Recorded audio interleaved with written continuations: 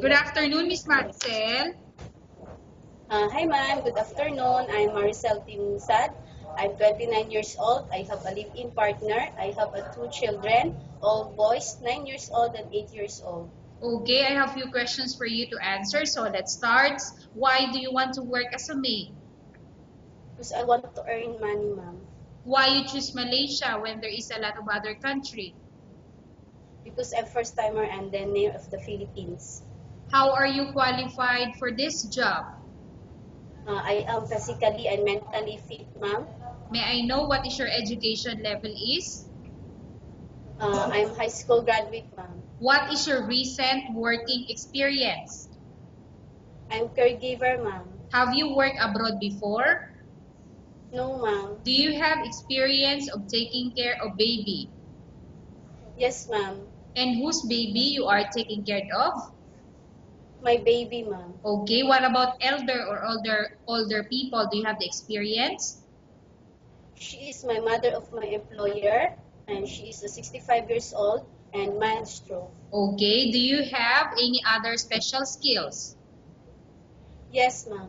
Can you tell me what are those special skills do you have? Take care of baby, ironing, cleaning, gardening, and etc. Okay, are you willing to learn new skills? Yes, ma'am. Are you willing to work with a family where the mother-in-law and your relatives stay together? Yes, ma'am. Currently, are you still working? No, ma'am. Do you know how to cook? Yes, ma'am. What sort of food can you cook? Filipino food, ma'am. May I know what are those Filipino food that you can cook? Okay. Tinulang manok, tinulang isda, pansit, adobong manok, and etc. Okay. Are you aware that you will have to do washing, cleaning, ironing, and cooking? Yes, ma'am. From all the house chores like cooking, cleaning, ironing, and washing, which do you like most? Cleaning, ma'am. If ever you were selected to work in Malaysia, who will take care of your kids? My husband, ma'am.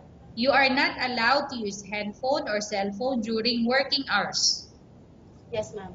You are only allowed to use handphone after you finish all the works and when going to bed. Yes, ma'am. You are strictly needed to surrender the handphone to your employer in the morning, and your employer will return back to you once you're going to bed. Yes, ma'am. If ever your employer finds out that you're abusing your handphone and it's affected your work performance, your employer will confiscate your handphone and you're not allowed to hold it anymore. Instead, your employer will allow you to call to your family 3 times in a month. You're only allowed to bring normal phone and you're not allowed to bring smartphone. Are you agreed for the terms and condition? Yes, ma'am. Are you agree to the rules and regulation for the handphone? Yes, ma'am. How many years is the contract as you agreed and understand? 2 years contract, ma'am. Can you describe for me your ethics or your attitude? Positive thinking, honest, and hardworking, ma'am. Okay, how can you assure to us that you will work hard in Malaysia? I will finish 2 years contract and for the future for my children. Okay, can you promise not to use the telephone without the permission of your employer? Yes, ma'am. Can you promise not to put on makeup but to dress properly while work? I promise, ma'am. Yes, ma'am. Can you promise not to invite friends and relatives without the consent of your employer?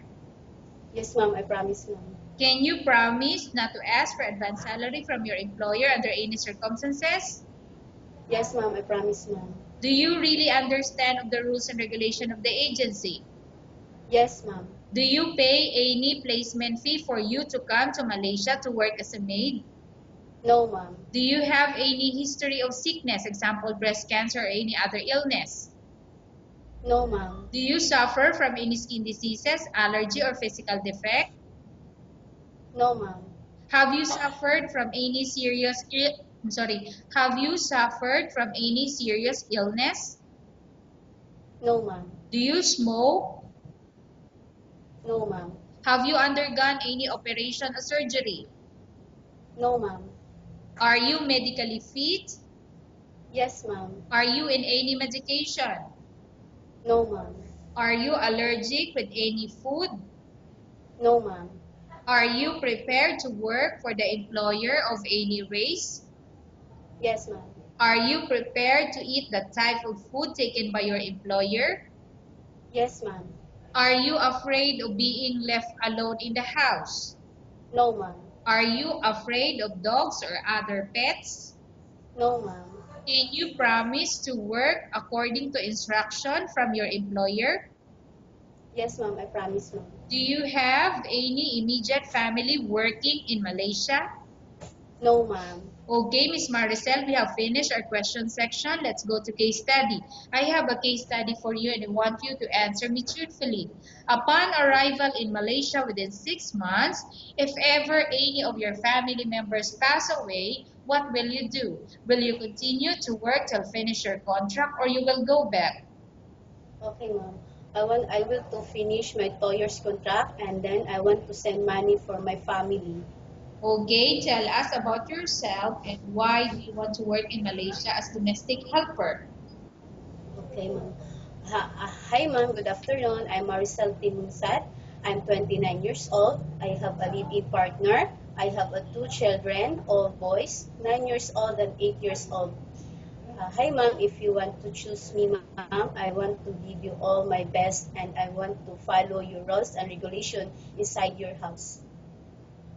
Okay, Miss Maricel, what do you want to tell to your employer who watching your video?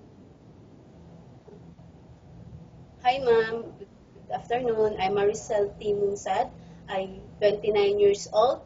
I have a live-in partner. I have two children, all boys, 9 years old and 8 years old.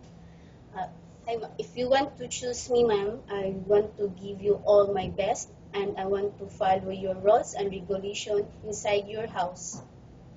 Okay, thank you very much, Miss Maricel. We will update your agency if there's any selection made by the employer. Okay, ma'am. Thank you very much, ma'am.